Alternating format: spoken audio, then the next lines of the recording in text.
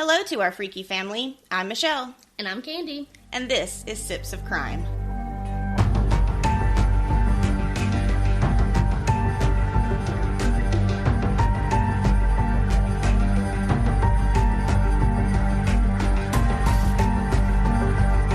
Welcome back, everybody. We are so excited to have you back. How has your week been so far? It's been all right. Stressful? I feel like it has, but like nothing really stressful has happened. Yeah, it might just be like, Mother Nature. Oh, I'm sure. Mercury might be in retrograde. I don't keep track of that like a lot of people do. I don't either, but I have had a heck of a week as well. We do, however, have a newest member of our family.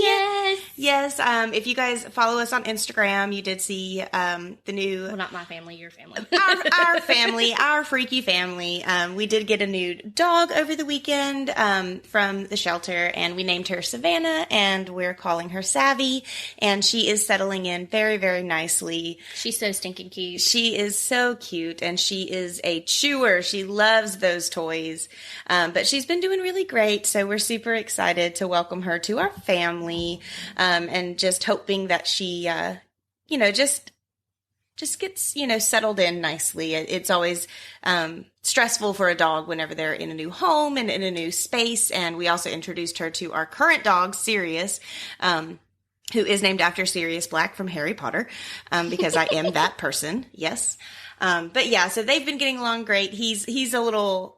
He doesn't really know what to think of her yet. Right. But he's technically still a puppy, too. He's a husky mix. And so he's actually quite high energy as well. So they love to play. And, it's been a lot of fun. So At least he's not mean to her, though. No, they're not mean to each other. She has some... At least he's not, like, old and grumpy. Yeah. He's only 3, and she is almost 2.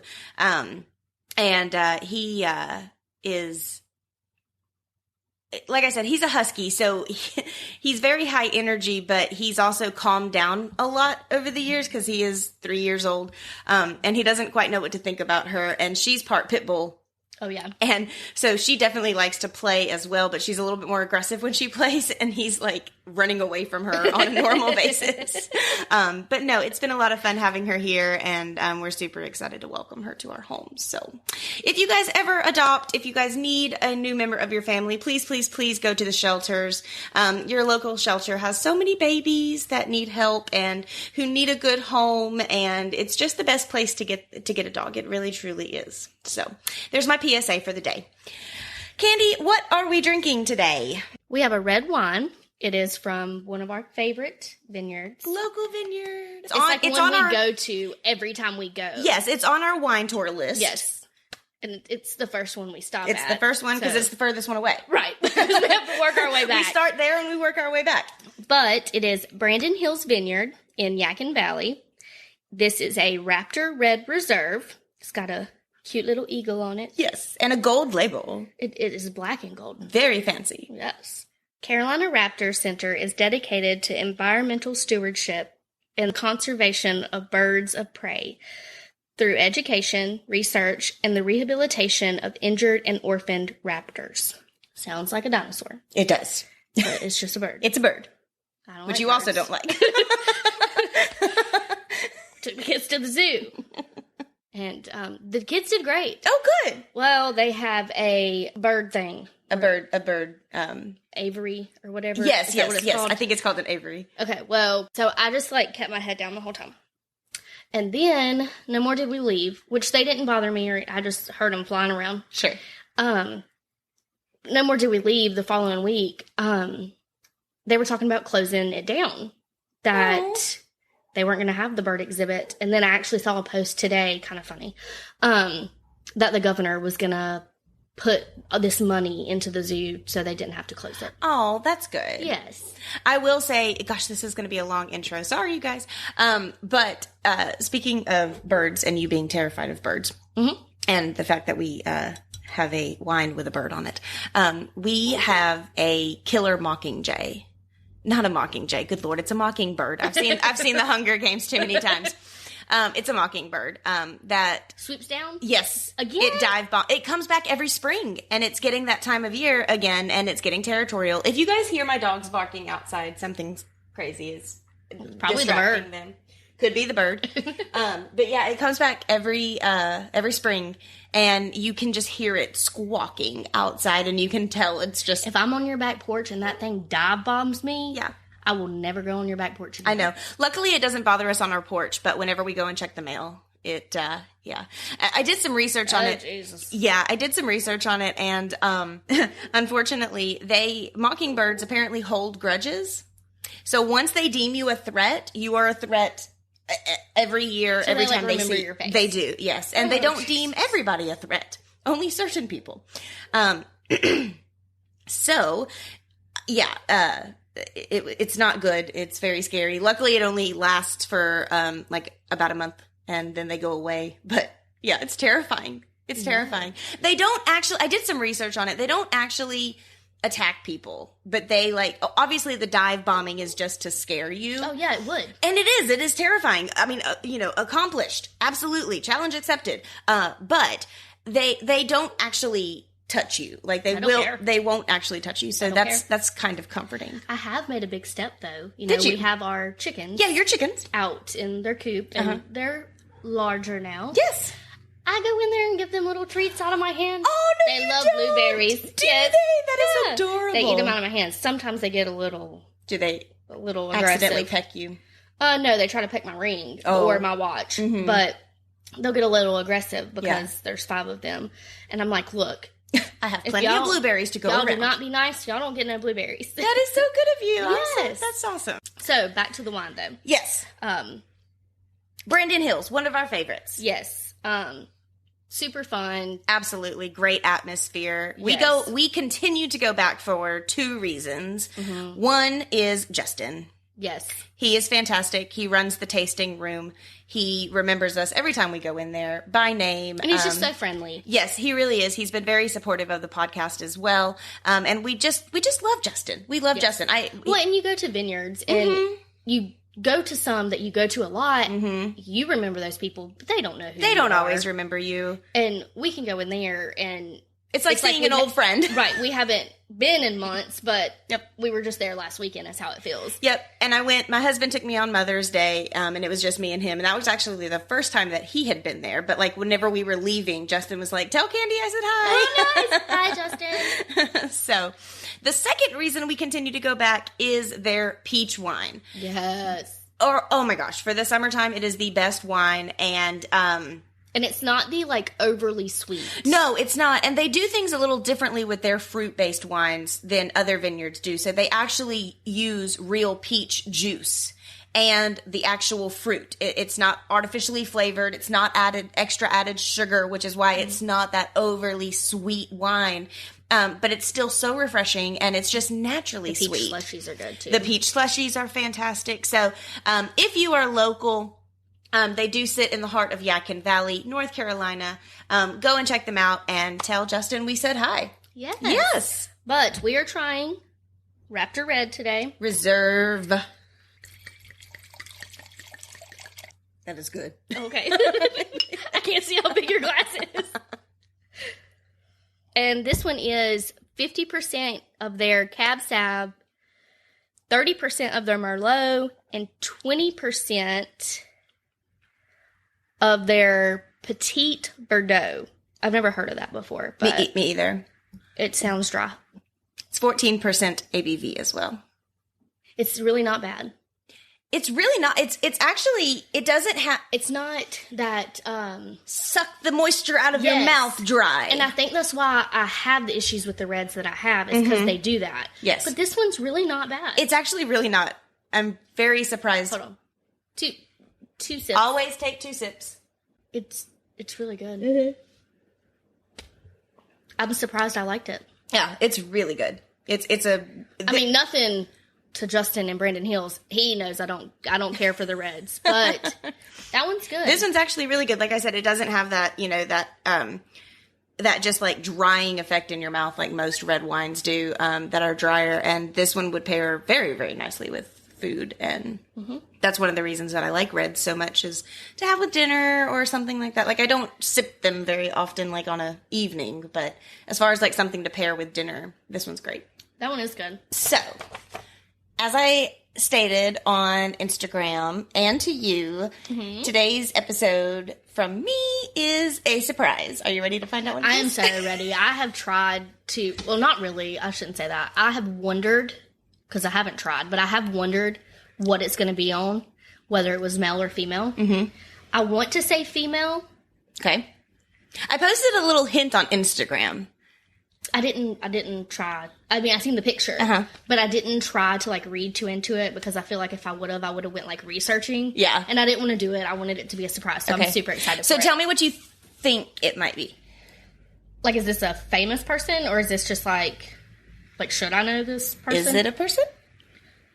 Oh, Jesus. It's not a person? It better not be about birds. It's not about birds. So today I am covering, as promised, no clowns, the history of the death penalty. Oh, yay! Okay, awesome. So, obviously, if you guys have listened to our past episodes, we are constantly talking about the reasoning behind the death penalty and why people sit on death row for so long and all of that stuff. So I promised that I was going to do some research into it, and I have officially delivered. Okay, well, that was way, way to the left of what I thought it was going to be. I figured it was going to be someone who was executed because of the picture, but it's not someone. Nope, it is literally just the history of the death penalty, and we are going way far back. Okay. Grab a glass. Grab a friend. And let's dive in. So, capital punishment is defined as legally authorized killing of someone as punishment for a crime. The first established death penalty laws date back as far as the 18th century BC. Oh my gosh. Yeah. The death sentences were carried out by crucifixion, drowning, beating to death, burning alive, and impalement. Oh my God. Now, I was intrigued by the drowning method because that's one of my biggest fears is drowning. Well, we sat in the dunking stool at the crime museum. You remember it? Remember I sat in that chair and I was like, what's this for?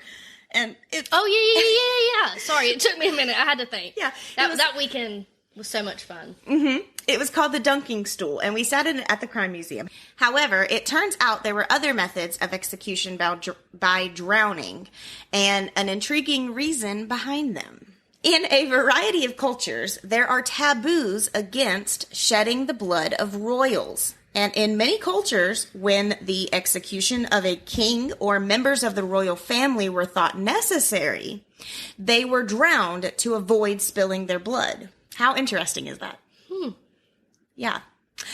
When a person of royal extension is to receive capital punishment, it was generally done by drowning.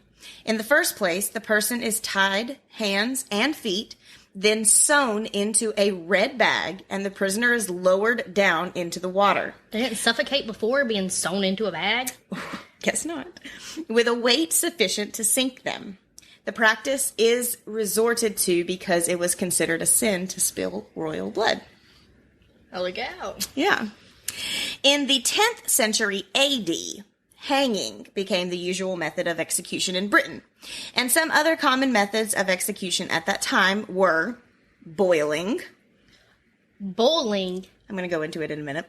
Burning at the stake, hanging, beheading, and drawing and quartering. Which I'm also going to go... I wish people could see your facial expressions. That would probably be the funniest part of this right now, because I've heard of the others, like in your history classes and stuff, but those two, I need you to... I'm going to elaborate. Good. In just a minute. I'm interested. Executions were carried out for capital offenses such as marrying a Jew. It's not funny, I'm sorry. That's so silly. It is the dumbest thing. Not confessing to a crime. And treason, which is defined, for those of you who don't know, as the crime of betraying one's country, especially by attempting to kill or overthrow someone of empowerment or the government. The religion one. Yeah. Yes, you could be boiled for marrying a Jew. It's awful. So, death by boiling is a method of execution in which a person is killed by being immersed in a boiling liquid. While not as common as other methods of execution, boiling to death has been practiced in many parts of Europe and Asia. Due to the lengthy process, death by boiling is an extremely painful method. Obviously. Yeah, I would think so. Executions of this type were often carried out using a large vessel, such as a cauldron or a sealed kettle of sorts. Are we witches? Filled with a liquid such as water, oil, or tar, and equipped with a hook and pulley system. I feel like I have saw a movie about the tar. That sounds extremely painful. That they were putting tar on their back. I feel like I've seen a few movies like that. I could not imagine. Drawing and quartering, however, I feel like I know where this is going, but it's a bit more extensive. And personally, I would consider this just completely, parts of it are completely unnecessary. Let me explain. Please do. The full punishment of death by by drawing and quartering is a 4-step process. I feel like you're telling me about butchering a cow or something. First, the victim, or criminal, was dragged, usually by a horse on a wooden frame, to the place where they were going to be publicly put to death. This is one possible meaning of the word drawn. They were then hanged by the neck for a short period of time or until almost dead. So, like, unconscious. Well, let's hope, because this next part, I'd pray that they weren't awake for. They were then removed from hanging and placed on a table, still alive. The victim was cut open in the abdomen, and their intestines and sex organs were removed. This is another possible meaning of the word drawn. The removed organs were then burned in a fire. What's the point of that? Which is the point that I was trying to make unnecessary. I mean, the person is already being tortured enough that you're removing their intestines and their sex organs. What's the point of burning them? Why would you throw them into a fire? The victim can't... They can't feel that. They can't feel that. The victim's head was then cut off and the rest of the body cut into 4 parts, which is where the quartering section comes into play. I mean, I figured quartering was cutting them up. Yep. Again, it's just so unnecessary. Intense. It's intense and unnecessary. Who said that that was okay? Yeah. A public execution is defined as a form of capital punishment where members of the general public may voluntarily attend. This definition excludes the presence of a small number of witnesses randomly selected to assure execution accountability, which is still in place today. When someone is, sentenced to death and is carried out. Oh, yeah. There is always a viewing room. I mean, I wouldn't want to see that. Yeah, no, I wouldn't want to see that either. Somebody being quartered and their intestines burned. Yeah, that's a little much. Obviously, the current method of execution today is the lethal injection, which I will go into later down the road here. But yeah, I mean, there is a viewing room where people are able to witness, but it's also to make sure that they're held accountable for not botching an execution ultimately, and that it's performed as humanely as possible. I just don't even know. I mean, I've never been in that situation, so I guess I shouldn't say I wouldn't want to. But at this point in time in my life, I do not think I would want to watch someone die. I don't think I could handle that. I mean, working in the medical field, I've seen it. I was just about to say, we've been exposed to it, but that's natural. Yeah. That's a natural death. It's very different than knowing that this person. Well, can't they? You might go into this. But you can be shot to death. The firing squad. I actually don't cover that in this because I wasn't able to find a whole lot of information about that. I don't know. There's been a couple of people who have actually requested it. And what's really interesting, even though I don't cover it in my notes, I do know a little bit about it. Apparently, the firing squad is made up of around 5 to 6 people. Only one person has a bullet. That is to make sure that the other 5 people, nobody knows who killed the actual person. Oh, so okay, only one person had their guilt. Yeah. So only one person has a bullet, and they don't know who that person is.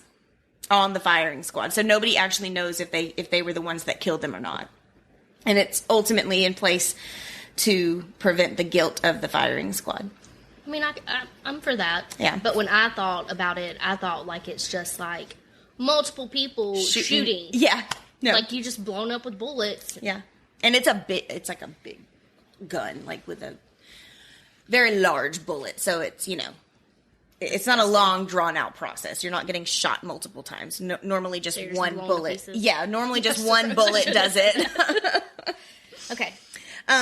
When executed today, there is a handful of people who are approved to witness the execution for multiple reasons, and sometimes the victim of the inmate can choose to come, and others are simply there to make sure that the rules are followed. Back in the day, of course, the purpose of public execution has historically been to deter individuals from defying laws or authorities. Attendance at such events was historically encouraged and sometimes even mandatory. Hangings. So we're going to go into hangings now.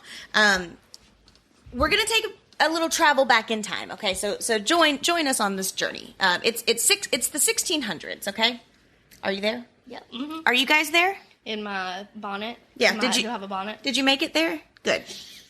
So we're in England. Oh, okay, great. In 1600, yes. You can look around and you see enormous crowds of people. Everyone in town is there. Parents have their children, and they actually brought a picnic as well to the gallows. Yep, to watch the criminals die by hanging. Sweethearts are sitting on the shoulders of their boyfriends, just like a rock concert, to make sure that they get, a good view. We should have just done a whole video as you're telling me this, because I can't handle. People would drink too much and end up fighting, rolling around in the mud. Nevertheless, the crowds would flock to these public executions, and the mood was normally quite jovial. Would you want a picnic? I can't get over that. They brought picnics. There were also vendors. People would sell like hot dogs. That's gross. I'm just saying. With people rushing to get a good spot close to the gallows. These public spectacles were known as hanging fairs, stretchings, or collar day. The events had a carnival-like atmosphere. Brochures were also handed out. Yep, I have one of them here. Okay. This one's from 1724. This John Shepherd, a youth both in age and person, though an old man in sin, received an education sufficient to qualify him for the trade his master designed him. A carpenter, but also unhappy youth. Before he had completed 6 years of his apprenticeship, he commenced a fatal acquisition with one Elizabeth Loyne, otherwise known as Edgeworth Bess, a prostitute. Now was laid the foundation of his ruin. That's what the brochure said. That would be handed out to the crowd at his hanging. He got with a prostitute, now he's got to die. Yep. Which I didn't know was a crime back in that day. It wasn't on my list earlier, but apparently it was. This is what the gallows looked like, and this is just the huge crowd. Oh, okay. Mm-hmm. He's smiling. He seems like he's ready to go. I got my prostitute, I'm good, let's go. Yep. And this is not the same brochure that I just read from, but this is one of the... Let me see this for a second. And sometimes there would be multiple hangings. So, that would be like a list of people on what you're reading right now, on like the brochures that were handed out. Isn't that crazy? And it lists like their sins and everything. They're very theatrical. Yeah. Like it lists like their crime and information about their life. It's crazy. Okay, well, that's the letter to his wife. Isn't that awful? It is. That's just great. Why would you do that? When it was time for the hanging to take place, it wasn't a quick process. Since it was a short fall, their necks would often not break. Which was, I would like to point out, the point of the gallows. The hanging was supposed to snap the neck of the person, and it was supposed to be an instant death. Right. rarely happened that way. They would ultimately strangle to death, which took several minutes. They would suffocate. Yeah. Sometimes the families of the dying would be asked to pull down on the legs of their loved ones to speed up the process. I mean, I think that it was just so commonplace back then that's like, I mean, I guess so, but they sold hot dogs.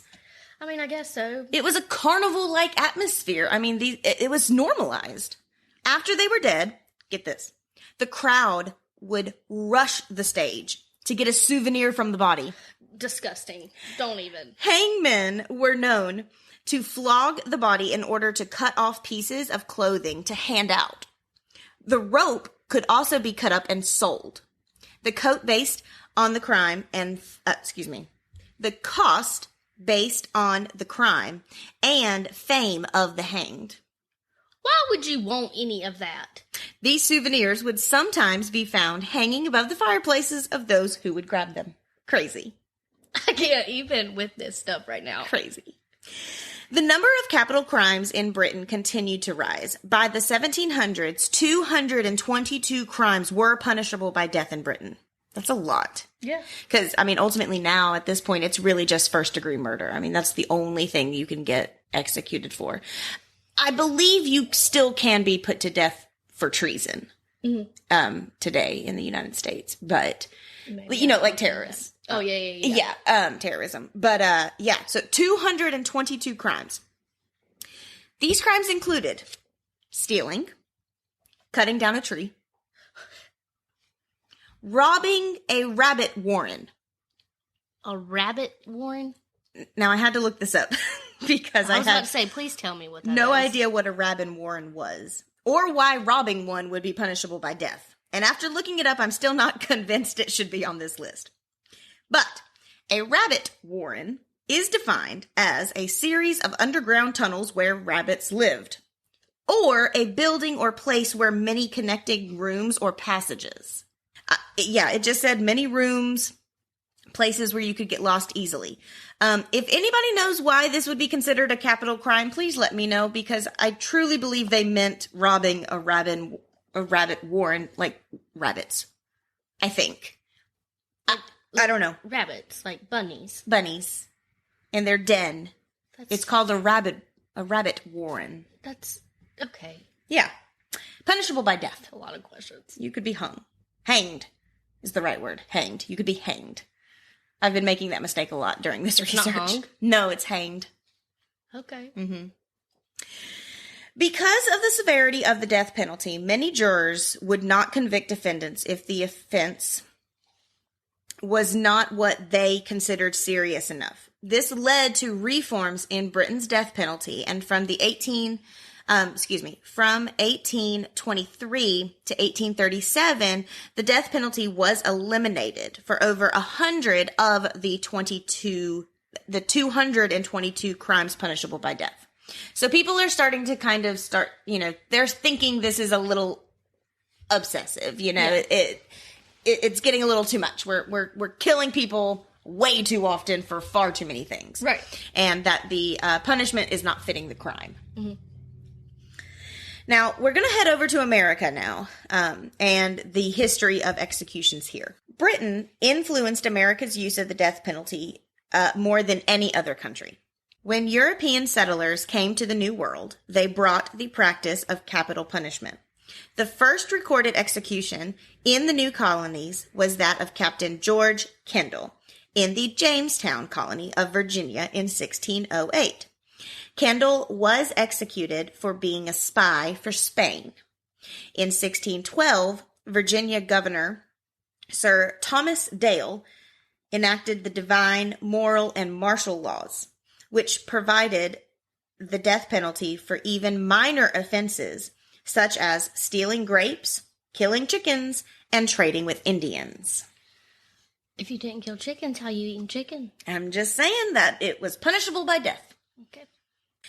Laws regarding the death penalty varied from colony to colony.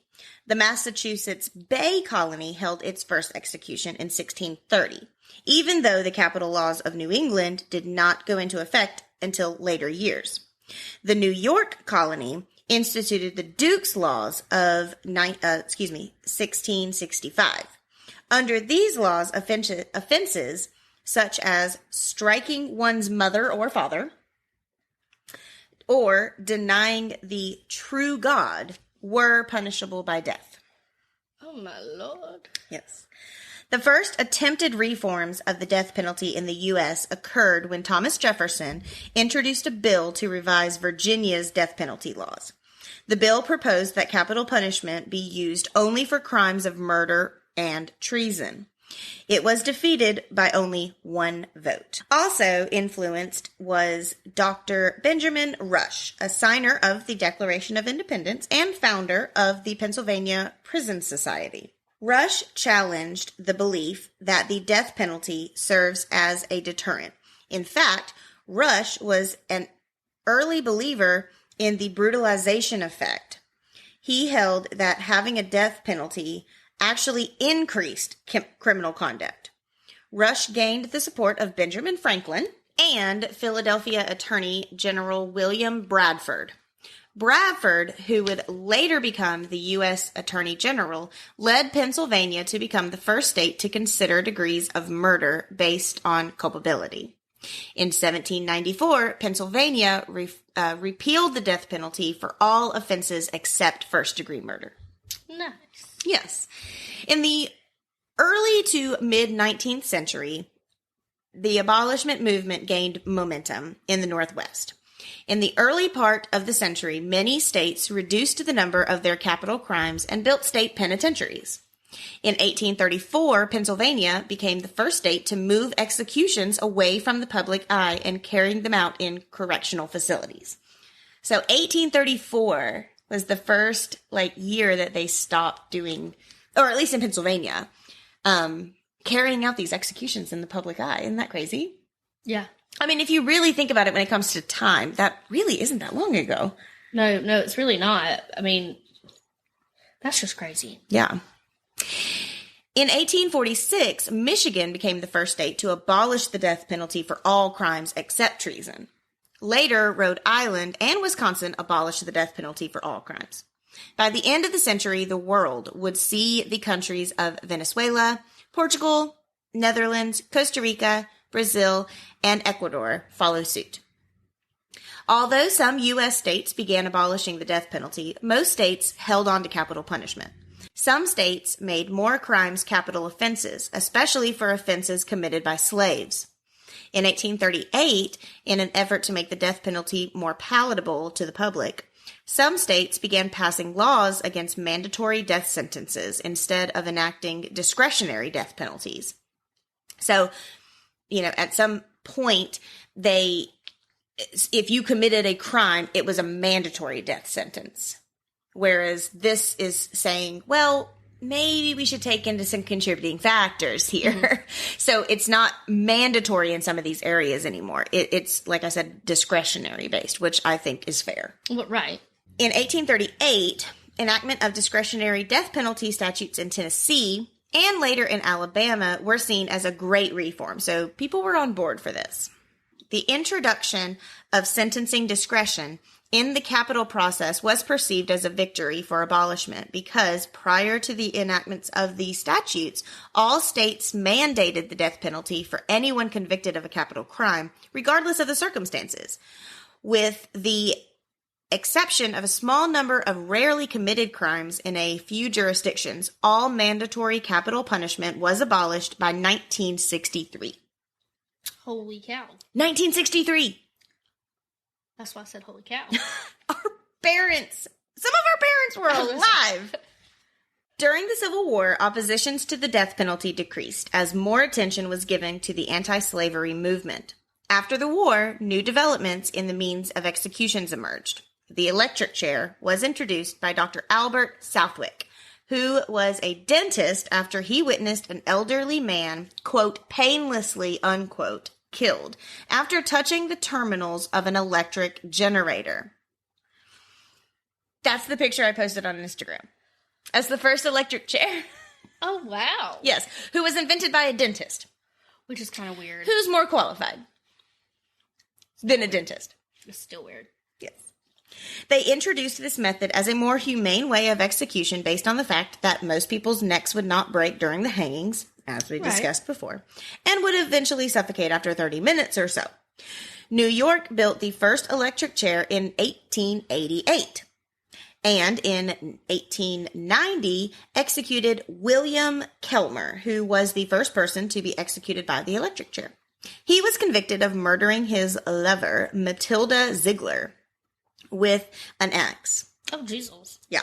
After he was strapped in, 700 volts was administered for only 17 seconds when the charge gave out. Many reported smelling charred flesh and burnt clothes, but William was far from dead. A second charge was administered at 1,030 volts for 2 minutes, which killed William. The autopsy of the body revealed that the charge attached to his back had burned through to his spine. Dr. Southwick applauded this execution, stating that, quote, "We live in a higher civilization from this day on," unquote. Whereas the inventor of the chair, George Westinghouse, remarked, quote, "They would have done better with an axe," unquote. Soon, other states adopted this execution method. Now I know what burnt hair smells like. Oh, could you imagine how disgusting that smelled? Right. That's why I've got this disgusting face. Ugh. Although some states abolished the death penalty in the mid-19th century, it was actually the first half of the 20th century that marked the beginning of the progressive period of reform in the United States. From 1907 to 1917, 6 states completely outlawed the death penalty, and 3 limited it to rarely committed crimes of treason and first-degree murder. However, this reform was short-lived. There was a frenzied atmosphere in the U.S. as citizens began to panic about the threat of revolution in the wake of the Russian Revolution. In addition, the U.S. had just entered World War I, and there were intense class conflicts as socialists mounted the first serious challenge to capitalism. As a result, 5 of the 6 abolished states reinstated the death penalty in 1920. In 1924, the use of cyanide gas was introduced. As Nevada sought yet an even more humane way of executing its inmates. Guy John was a gang member that dealt in dealing narcotics and other criminal activities and was the first person executed by lethal gas. He was convicted of murdering an elderly member of an opposing gang and sentenced to death. The state tried to pump cyanide gas into John's cell while he slept, but this proved impossible, and the gas chamber was constructed. A makeshift gas chamber was set up at the butcher shop of the prison. At least 1 cat was used to test the lethal effectiveness of the chamber. Yes, a cat. A cat. The poor cat. Compared to a human. Correct. And then back up a little bit, because I'm really not trying to interrupt you as much as I was. It's okay. You just pumped it into his cell? They tried. Around everybody else? Correct, which is why it didn't work. So let's just knock out the entire jail, the officers, let's just... Yeah, it just went everywhere, obviously, because, the gas was not contained. They tried and failed. Clearly. Guy was strapped into a chair in the chamber, which was 11 feet long, 10 feet wide, and 8 feet high. A small window next to the wooden chair allowed witnesses to look in. Attendees included news reporters, public health officials, and representatives from the U.S. Army. Guy wept as he was placed on the chair until the captain of the guards told him to brace up. At 9:40 a.m. on February 8, 1924, the pump sprayed 4 pounds of hydrocyanide acid into the chamber. Guy appeared to lose consciousness in about 5 seconds, with his head continuing to nod up and down for 6 minutes.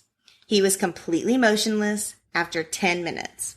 Some of the witnesses momentarily thought they smelled the odor of almond blossom, which is thought to be the odor of cyanide leaking from the chamber.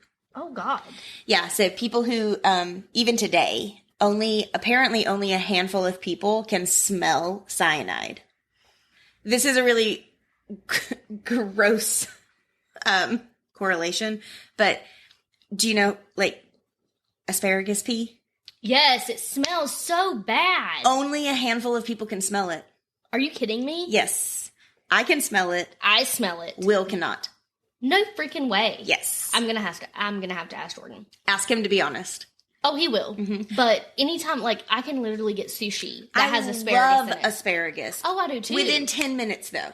Oh, it's my, like, as soon as I eat it, the very next pea I have. Yes. Like, the next 2 or 3. Mm-hmm. Or not 2 or 3, 2 and 3. It definitely lingers.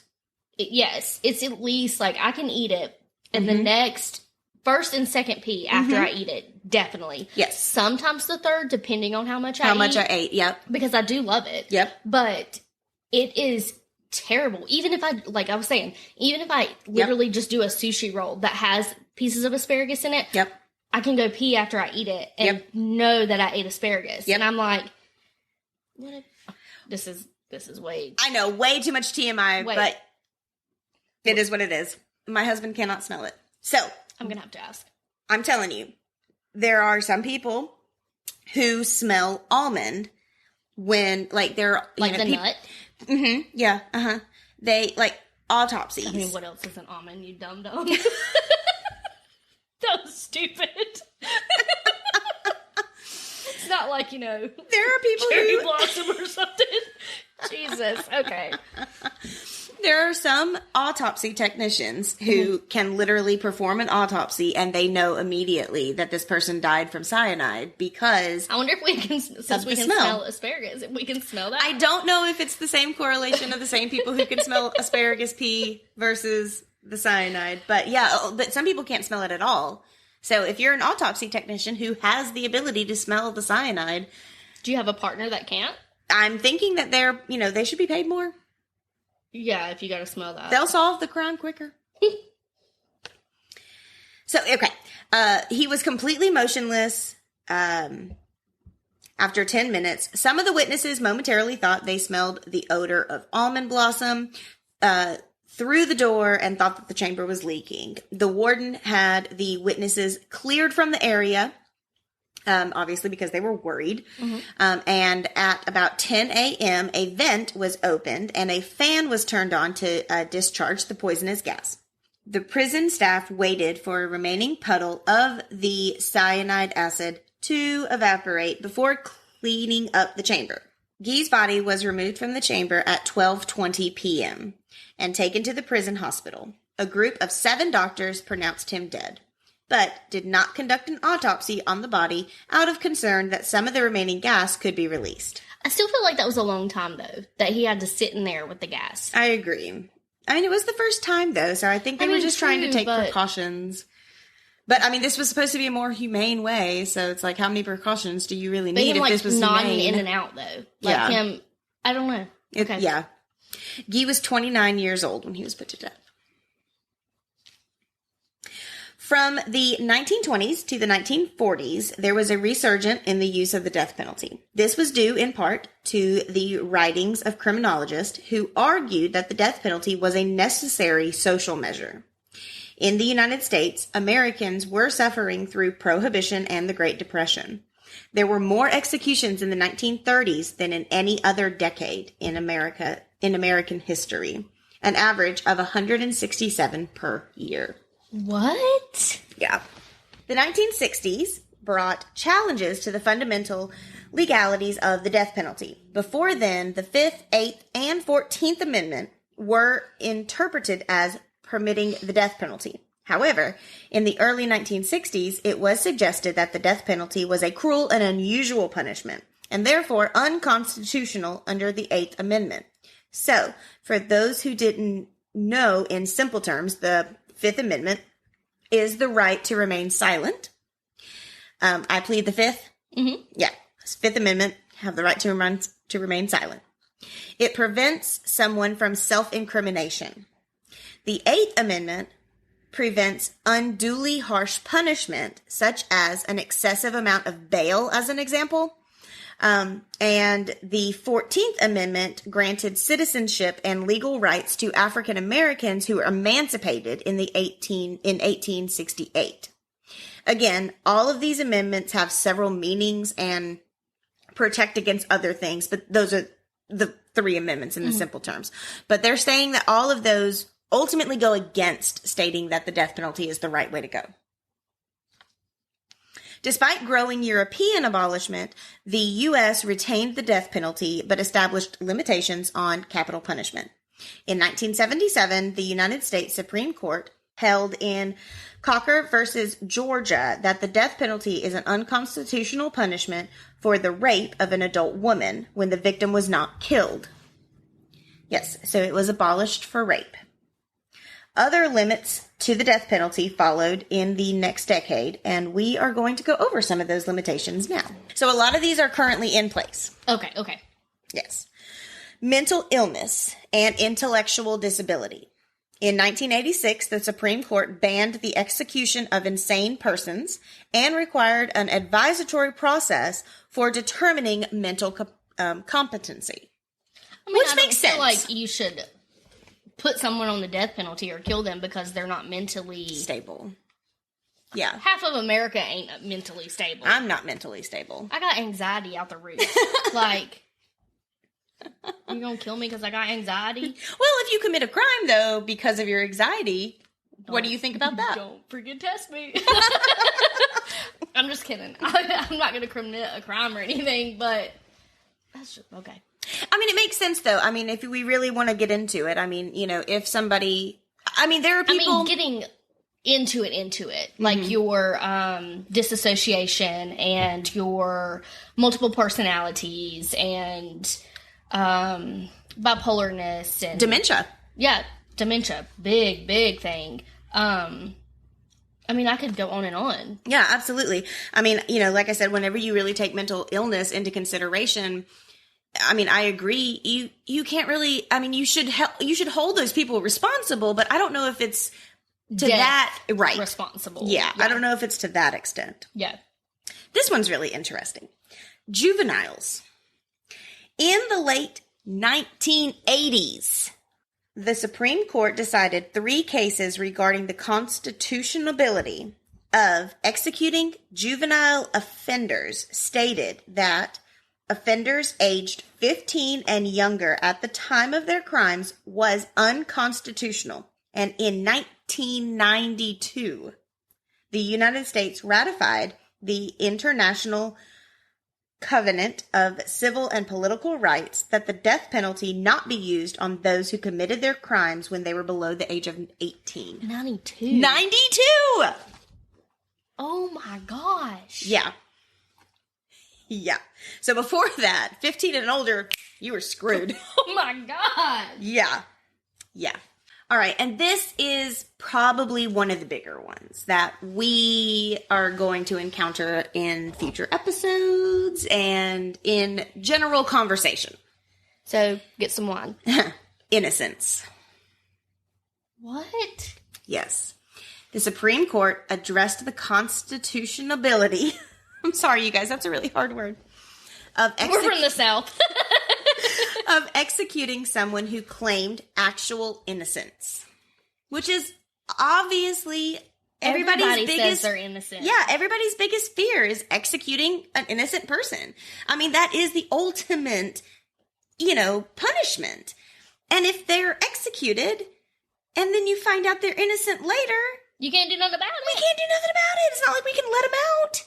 So, Herrera versus Collins in 1993, although the court left open the possibility that the Constitution bars the execution of someone who consecutively demonstrates that he or she is actually innocent, the court noted that such cases were very rare. The court held that in the absence of other constitutional violations, new evidence of innocence is no reason for federal courts to order a new trial. So like double jeopardy. Right.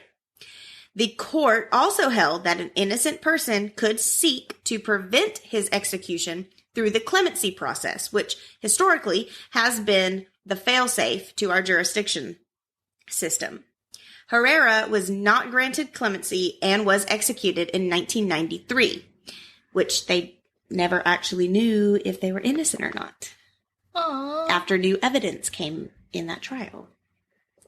So, like I said, that one's something that we're going to find a lot in our cases that we cover, you know? Oh, yeah, but... I mean, personally speaking, death penalty or not, if somebody is in prison, even if it's for life, and new evidence comes into play... You've got people that have been in freaking prison for 30 years that were innocent the entire time and then finally are able to get out because... of new evidence. That or, they've pushed to have their trial looked at again or whatever. New technology. Yeah. New technology brings new evidence. DNA. Right. And they get out. What if you would have killed them? Exactly.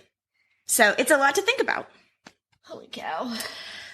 One of the last ones that we're going to cover as far as limitations is women. Women have historically not been subject to the death penalty at the same rate as men. From the first woman executed in U.S., who was Jane Champion, who was convicted of having a baby with another man other than her husband, and to hide the affair, her and the man murdered their baby after its birth and tried to conceal the baby's body. She was hanged in Jamestown, Virginia in 1632. Women have constituted only about 3% of U.S. executions, with only 575 documented women executions since 1632. Oh my gosh. Yeah, because she was the first. Now, on December 7th of 1982, Charles Brooks was the first person to be executed by lethal injection in Texas. He was convicted of murdering a car mechanic during a test drive where he picked up his partner, and both men took the mechanic to a hotel and shot him in the head. Neither man would say who actually fired the fatal shot, so they were both sentenced to death. Lethal injection was first used by Nazi Germany to execute prisoners of war in World War II. I would go through the cocktail of drugs that it uses, but as you know, I can't pronounce them. And so I'm not going to try. Mm-hmm. But the drugs cause the person to become unconscious, stops their breathing, and causes a heart arrhythmia in that order. Wow. Yeah, very interesting. Since then, lethal injection has been the most common method of execution in the modern era of capital punishment in the United States. When states first turned to using drugs in executions, many did so in the belief that lethal injection was, here we go again, more humane than the more visible, gruesome methods it replaced. Hanging, execution, gas chambers, firing squads. Even electrocution? Yes. Other states adopted lethal injection to avoid legal challenges in the constitutionality of their prior methods. Now, for the topic that sparked this whole show is, why do inmates sit on death row for so long awaiting execution? Yes, that is my entire question. We've made it. I have loved all of this information. Very educational. Lots of good information. A lot of stuff I didn't know. Very interesting. But that is my main question. I made it. We've made it there. The average person is now on death row these days for 15 years. Us taxpayers pay for that. That is the average. That's baloney. Yes, which means that there are many people who sit longer than that. Why? I'm getting ready to tell you. Good. And on average, nearly a quarter of the inmates end up dying from natural causes before their execution date. The longest time served on death row in history was by Thomas Knight, who waited 39 years for his execution date to arrive. I could do a story on Thomas Knight. He was executed in Florida in 2014 after his conviction for serial murder.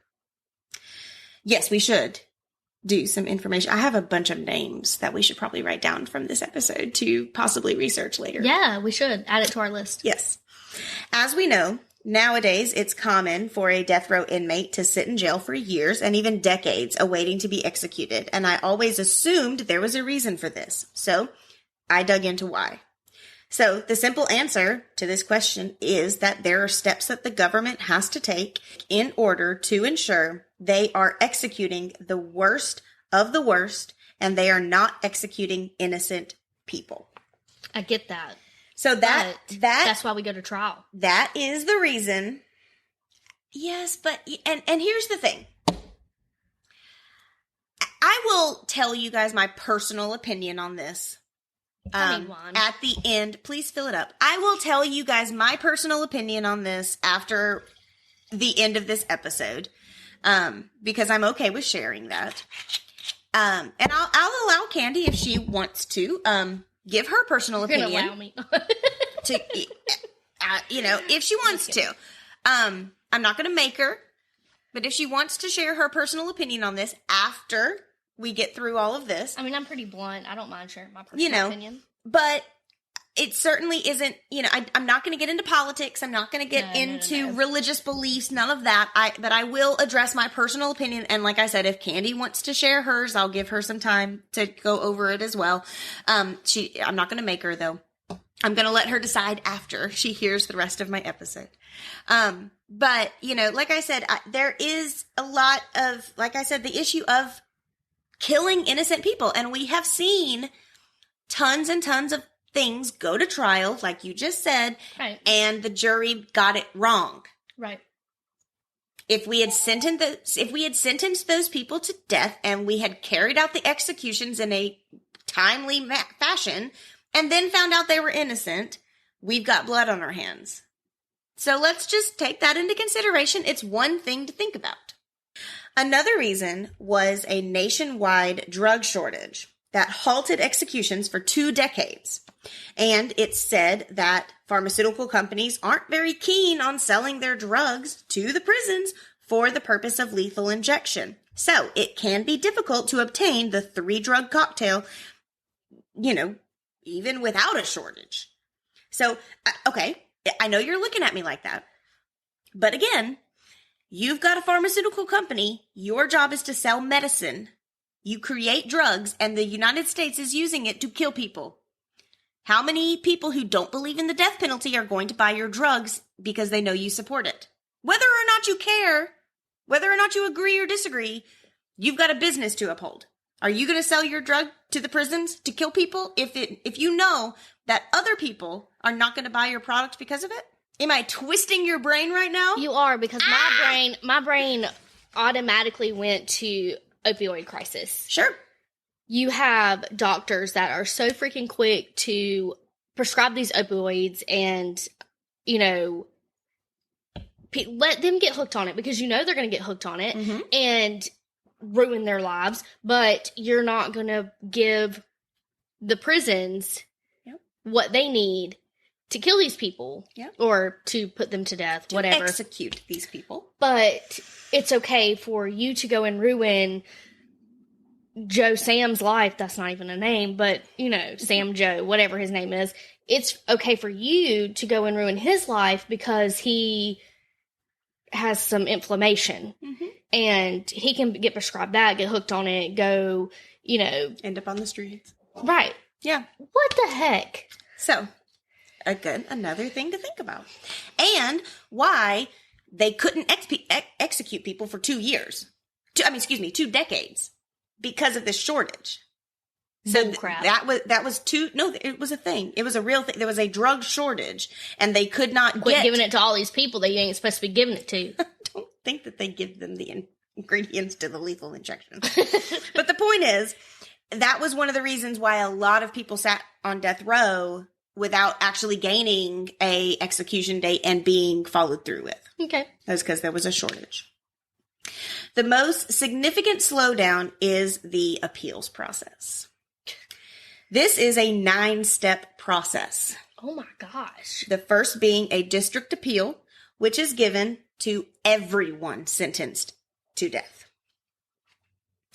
Now, when I say this, a district appeal automatically starts when somebody is executed. When someone is sentenced to death. So, as soon as they're guilty. They don't have to file for it. Thank you. It's just an automatic thing. Yeah. Thank you. It's just an automatic thing that happens. So as soon as the court says, yes, we've sentenced you to death, the jury says, yes, we've sentenced you to death, you're going to go to jail now and await your execution date, they automatically start this appeals process. It doesn't have to be filed for. The lawyer doesn't have to do anything extra. It's just automatic for everybody. So there's your first. From there, post-conviction proceedings can take place with the second stage of the appeals process. That's when defendants can raise issues such as juror misconduct, newly discovered evidence, or ineffective assistance of counsel. So, the next step to this process is to look for mistakes that were made during the court proceedings. And, as we've seen in the past, the smallest mistake can be crucial. Right. To whether or not evidence can be, used. So that's a very tedious process. One appeal may have 2 or 3 issues, and one appeal may have 10 to 12. They all have to be looked at. The longer time it's going to take for that appeal to be pushed through the system. It said that It said that if no appeals are raised, the inmate could be executed as early as 6 months after conviction. But that rarely happens. Oh, yeah. Because who's not gonna, But, as I'm sitting here thinking about all of this, so most of the stories that we read or that we hear about, they're guilty. Mm-hmm. You don't hear a lot about someone that got charged and they're not guilty. There's very far few and in between. And I'm sure if we were to research it, we could find a good hefty amount, which maybe we'll do some episodes on. But it does make sense that you are giving those people who are legit innocent time to fight that. Mm-hmm. And if you're going to give it to them, right, you got to give it to the people who we claim are guilty. Right. And I guess that's why when we tell these stories that I'm like, oh my God, why do they sit on here so long? Mm-hmm. Blah, blah, blah. When we know they're guilty. Right. So it makes sense. Mm-hmm. It makes sense now. Yeah. In 2014, a study was released by Proceedings of National Academy of Science that says 1 in 25 inmates, which is around 4.1%, on death row could be innocent. What? 4.1. That's 1 in 25 inmates who are I feel like that's a lot. I feel like that's a lot too. I mean, I get into some more numbers here, which are very eye-opening. In 2013, of the 2,979 people on death row, 39 were executed. 31 other inmates died of suicide, murder by another inmate, or natural causes. So 39 were executed of the 2,979 inmates in 2013. And then 31 of them died from other causes. That's crazy. Yes. While on death row, those serving capital punishment are generally isolated from other prisoners, excluded from prison educational and employment programs, and are sharply restricted in terms of visitation and exercise. So you're only going to be by yourself for so long before you commit suicide. Spending as many as 23 hours a day alone in their cells. Could you imagine? I'm going to pause here. I mean, don't get me wrong, y'all. I love my alone time. Yes. But 23 hours of being by myself, all by myself, with nothing but my thoughts. Not that, my thoughts are crazy or something. But no, they would turn crazy.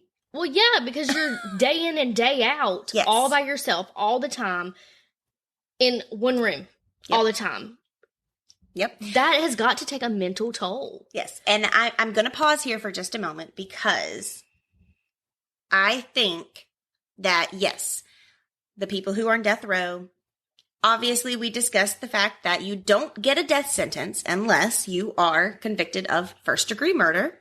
Right. or treason. So we're already looking at the baddest of the bad. Yeah. However, like you had said earlier, those are tax dollars.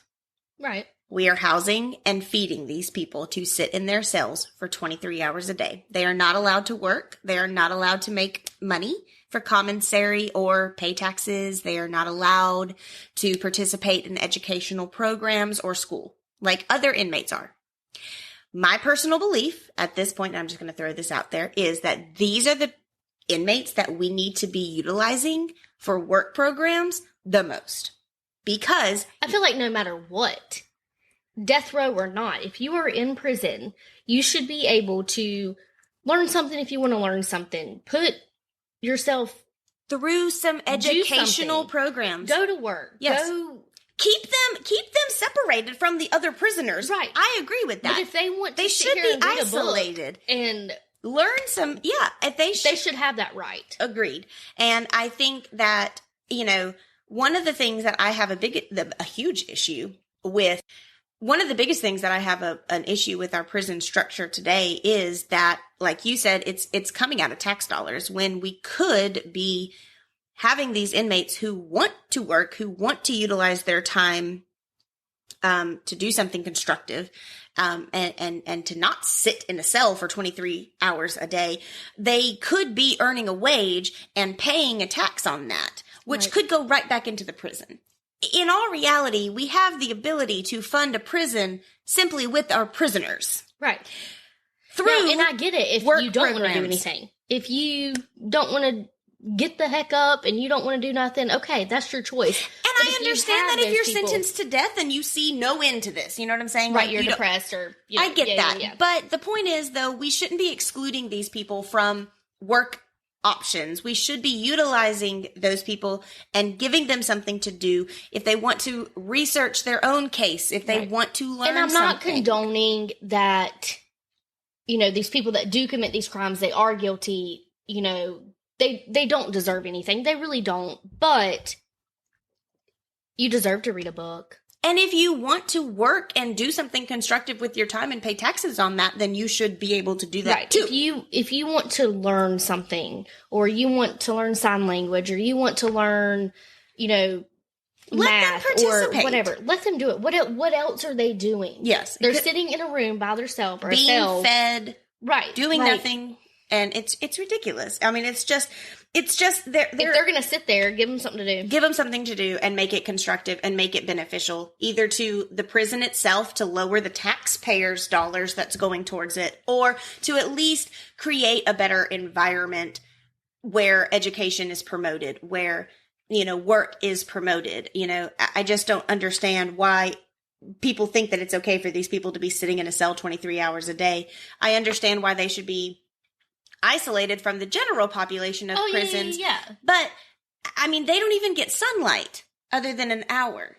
And they're normally taken into, quote, the yard, unquote, separately. Right. For an hour. And like you said, that would make anybody go crazy. Right. And unfortunately, if you are truly guilty, I get it. You don't deserve those things. You did wrong. You did bad things. I get that. But 23 hours out of every day, that's a lot. Mm-hmm. And the time could be better spent. To not be doing anything. Yes. I mean, how long can you sit there and stare at a ceiling or a wall? Exactly. I'm not saying that I have the answers. I don't know what to do to fix it. And I'm not saying, or I'm not making it sound like I am sympathetic. Right, exactly. But we should be able to come up with a better system. There is also a striking number of cases where the death row population is growing too old to be executed. Now, wait a minute. This is a whole nother section of something I'm getting ready to go into. Okay. So hear me out for just a minute here. Like I said, the average person sits on death row 15 years. If you're 40, yeah, when you commit a crime and are sentenced to death, you're 55. You're now 55. Okay, that's around our parents' age. Okay, That's 15 years. That's the average. That's stating that you haven't filed any extra appeals that's stating that you haven't, put forth any other efforts to overturn your conviction. Okay. Average 15 years. They're now 55. Okay. They will deem an inmate incompetent to be executed if they are too debilitated in their eyes. So if they have Alzheimer's.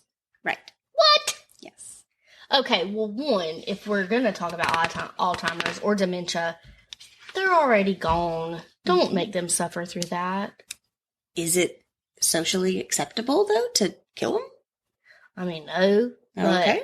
I'm going to go into it. I've got more. No. They consider issues such as dementia, incontinence, and inability to walk on their own as ailments that could make them incompetent to be executed. And the number is growing due to the appeals process taking longer. So, here are your average years of age and the percentage that they share on death row. So, 50 to 54 makes up 17.7%. 55 to 59 makes up 15.9%. 60 to 64 makes up 11.9%. And 65 or older makes up 12.2% of our current population of people who are on death row. And I don't feel like 62 is too old to put someone to death. Again, though, if we're going to state that mental illness is not a legitimate reason to kill somebody, if somebody sits on death row and then develops a mental illness, such as dementia, what do?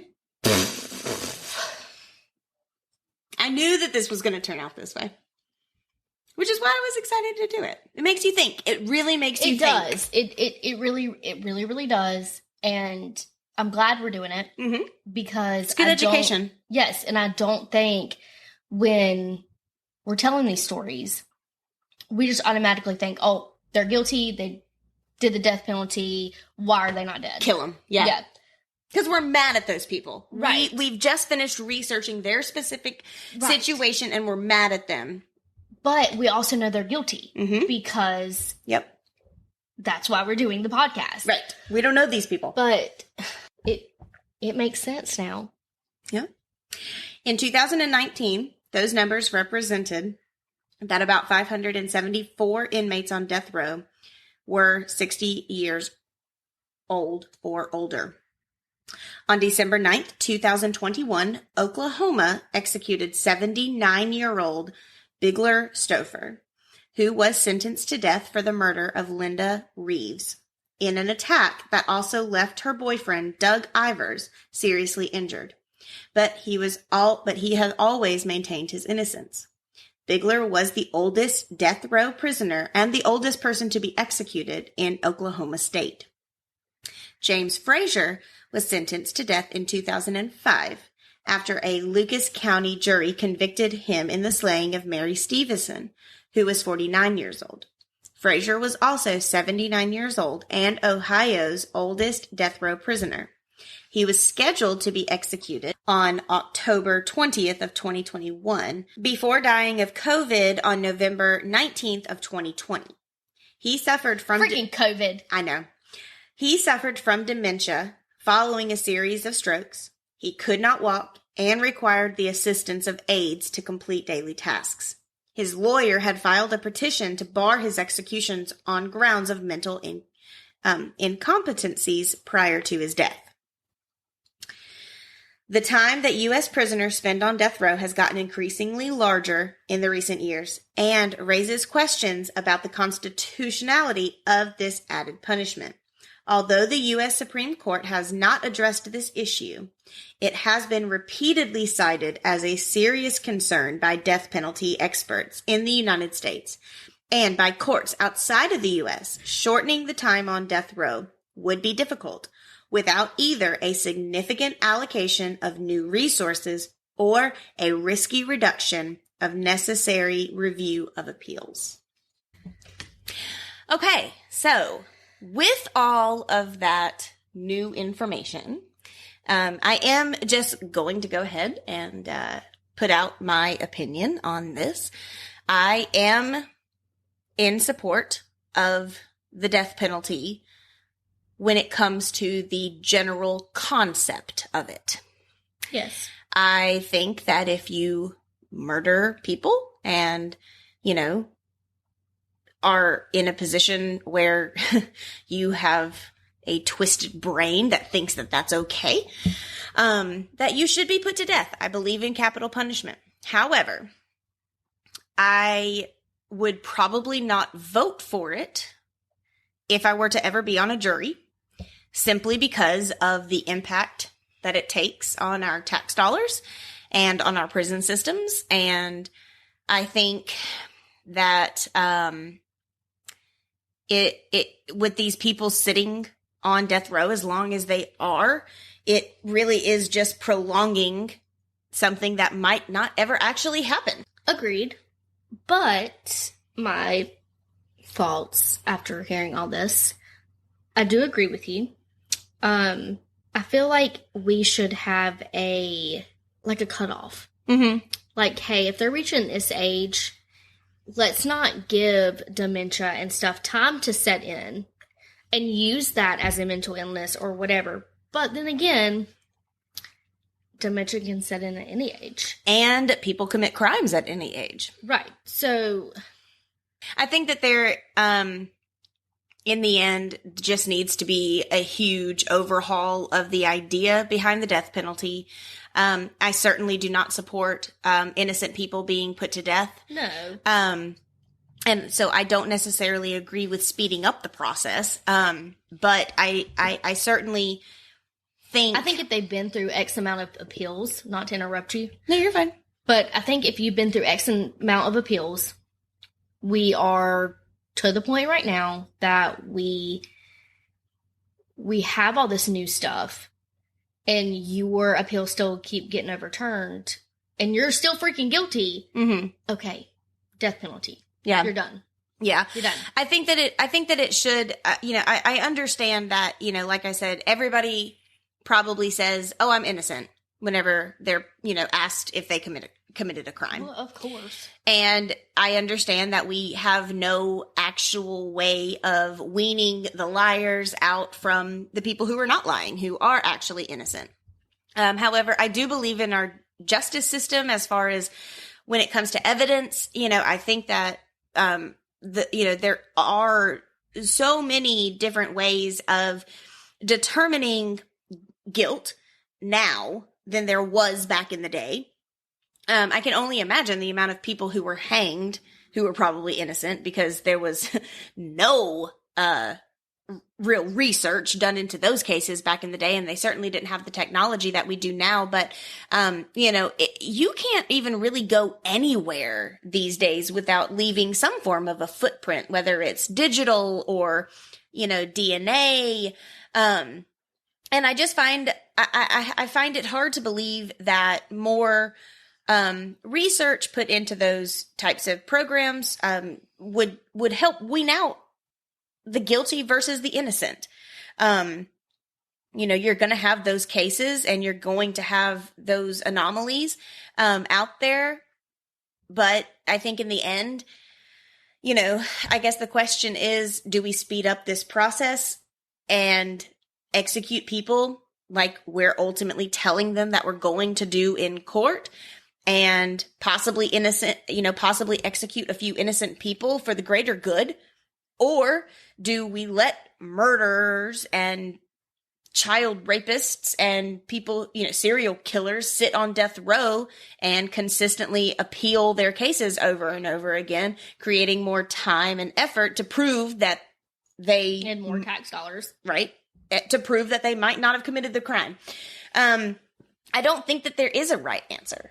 And there's not. And I think that's why I'm so freaking torn. Yeah. Yeah, it's a very controversial situation. It's a very controversial discussion. We would love to hear your thoughts on it.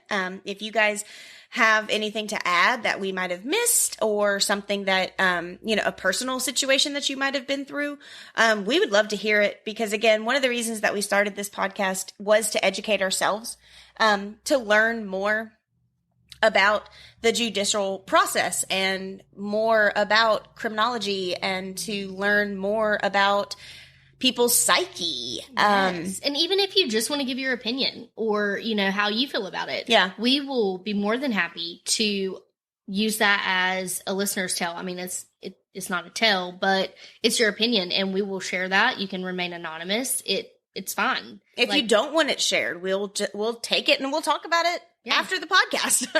And it's just something that's very interesting, and I certainly had a lot of eye-openers going through the research. Yeah. We love to hear from you guys, and I certainly hope that the time that I spent researching this case opened up your eyes and your mind to maybe looking at things maybe a little differently than you originally looked at it as well. So, like I said, it was all about education. I thought this would be kind of a different episode than what we normally do. It's certainly not a true crime case, but I thought that it would be a fun... But in a way it is. Yeah. I really enjoyed it. I was excited. Good. I mean, I am excited. Well, to finish off this episode, it is only fitting that we go through more freaky laws. Yay! Did you dye your hair? I did. It looks lighter. Yeah. I wanted something a little lighter for summer. It looks good. Thank you. So I figured that it was only fitting to do more freaky laws because they are so funny. Yes, I love these. And I will go ahead and state none of these are punishable by death. Okay. So, in Alabama, it is illegal to wear a fake mustache that causes laughter in church. Was Mr. Schroeder. Hope to God he's not listening to the podcast. But he had a mustache, and it came out, and then it, curled around. It literally... I think those are called handlebar mustaches. I don't know what they're called, but it literally came out, and it looped. Like swirlies. I don't know. You don't remember that? Oh, my God, I remember that. Okay, anyway. In Arkansas, it's illegal to mispronounce Arkansas. In Connecticut, a pickle cannot legally be considered a pickle unless it bounces. What? What if you have a pickle spear? What if you have a pickle chip? I don't know if any pickles actually bounce. I don't know. I could see a whole pickle, a cucumber that turns into a pickle. I could see that bouncing. Nor did I think that we needed to legally consider a pickle. I thought a farmer could just... But my whole concern is if you don't have a whole pickle, you don't have a whole... If there's an official test, I'm assuming it's done on the entire pickle. I don't think you can use a pickle, a slice of a pickle. Or a spear. During the test. If there is a test. Right. I got lots of questions on this. I do too. In Georgia, it is illegal to keep an ice cream cone in your back pocket on Sunday. What? What? Oh my gosh. What if the ice cream man comes down on Sunday and you get it and you have to put it in your back pocket because you have 5 other ones in your hand? You're screwed. You're screwed. Not that anybody has 6 ice creams from the ice cream truck. But I'm just saying you are screwed. You cannot put it in your back pocket. Not on Sunday, at least. I'm going to go to Dario and get an ice cream cone. Well, it's only in Georgia. Oh, yeah. There's not Darios in Georgia. There's no Darios in Georgia. Anyway. In Indiana, mustaches are legal if the wearer has a tendency to habitually kiss other humans. What? What? So if you're married, you can't have a mustache? Apparently not. Y'all, beards and mustaches are pretty good looking. Beards.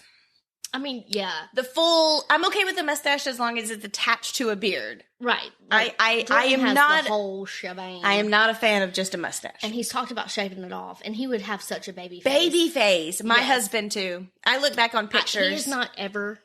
We have been together 7 years. I've never seen him with a clean shaven face. Jordan? Yeah. No. The last time I seen him with a clean shaven face, he was in 5th grade. Yeah. And I didn't know him then. He's a little shit. My husband was clean shaven whenever we first met. I mean, now we've been together since we were 14, so that's understandable. But I look back on pictures of us now, And I think, like, don't shave it. Don't shave it. Yeah. Yeah. And Jordan he'll like trim his up like really short, and it still looks okay. good. Yeah. But he's like, I'm gonna shave it off, and I'm like, well, do it if you want to. And I'm like, in the back of your head, you're like, no, don't do it. In Kentucky, one must not dye a duck blue and offer it for sale unless there are 6 or more for sale at once. You can only sell 7 blue ducks. Candy, I can't make this shit up. Who in the heck does this stuff for this to become law? I have to wonder if you can sell only 2 ducks if they're not dyed blue. Well, clearly, that's not... It says you can't dye a duck blue and offer it for sale unless there are 6 or more for sale at once. So we're just talking about blue ducks. We're not talking about regular so non-dyed I'm assuming you can sell a non-dyed duck. A non-dyed duck. in a duo. A non-dyed duck in a duo. Okay, well, if you're going to dye your duck blue, you better have 7 of them. Yes. In Montana, it is illegal to guide sheep onto railroad tracks with the intent to harm the train. How is a sheep gonna harm the train? It's a sheep! It can result in a fine of $50,000 and a 5-year prison stay. How does a sheep hurt a train? We're talking about a train. We're also only talking about intent. We're talking about a sheep and a train. In Ohio, it is illegal to get a fish drunk. How do you get a fish drunk? I don't know how you get a fish drunk. I'm assuming if you have a fish, you could pour some alcohol into the fish bowl, which would not be very nice. I don't condone... That's watered down alcohol. I don't condone the abuse of fish. If you have a pet fish, please don't try to get it drunk. I do consider that going to water down animal alcohol, abuse. So don't do it. Just saying, it's illegal in Ohio. Who did that? Somebody had to do it, or else they wouldn't have had to make it What'd a you law. do? Catch you a fish and throw it in your bucket of beer or some crap? Please kill me. In South Dakota, it is illegal to sleep in a cheese factory. Can't. You can't sleep there. I take my glasses off. In West Virginia. Oh, gosh. Whistling underwater is illegal. What? I don't know how somebody actually accomplished that. I really hope somebody didn't drown while whistling underwater, and this is why this is a law. I'm telling you. And last but not least, in Wyoming, you cannot take a picture of a rabbit between the months of January and April without a permit. What if it's your pet rabbit? You can't take a picture of them. It's the law. Well, I better not move there and have a pet rabbit. Why? Wait a minute. Why? I don't know why. It doesn't say why. If anybody lives in Wyoming and can tell me why you cannot take a picture of a rabbit, please just shoot us a message. Please, we would like to know. Thank you guys so much for your support and for listening. We love you all so much. You can join our freaky little family both on Instagram and Facebook and find all of the featured photos from this episode at Sips of Crime. For a chance to have your story featured on one of our future episodes, send us a Gmail to sipsofcrime@gmail.com. And you can find all of our episodes wherever you get your podcasts.